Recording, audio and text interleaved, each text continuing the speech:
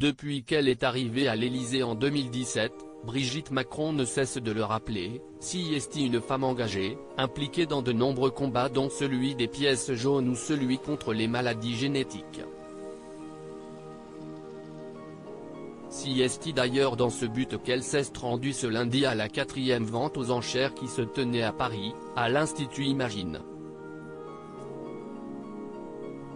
Organisée en collaboration avec Christie, elle a d'ailleurs été un succès, plus de 8,16 millions d'euros ont été collectés lors d'une soirée qui s'est déroulée dans la bonne humeur.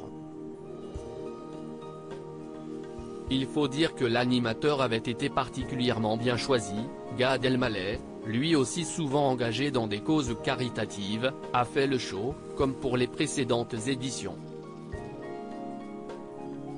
Et l'on a pu remarquer une certaine proximité entre l'humoriste et la première dame, très complices, tous les deux se sont échangés des blagues tout au long de la soirée dans une bonne humeur générale très appréciée.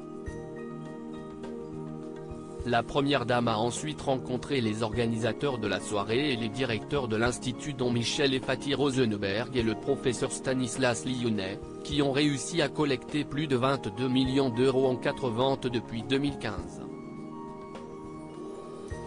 Je veux dire toute ma reconnaissance à ceux qui nous ont prêté leur talent, et à tous les généreux acquéreurs d'œuvres d'art ou de moments d'exception, a d'ailleurs salué celui-ci.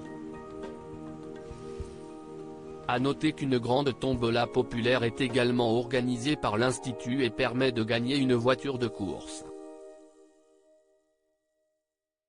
En ne misant que 5 €.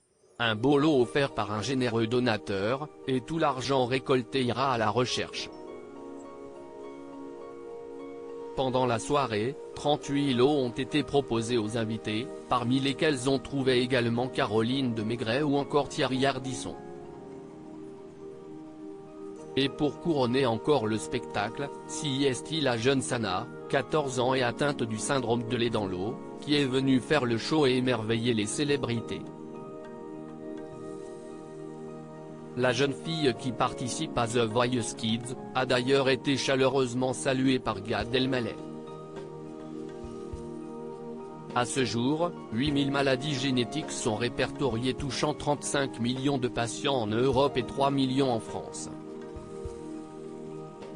Aujourd'hui, un enfant sur 2 repart encore sans diagnostic et 90% des maladies n'ont pas de traitement. La recherche est donc fondamentale et tous les soutiens sont précieux dans ce combat pour la vie.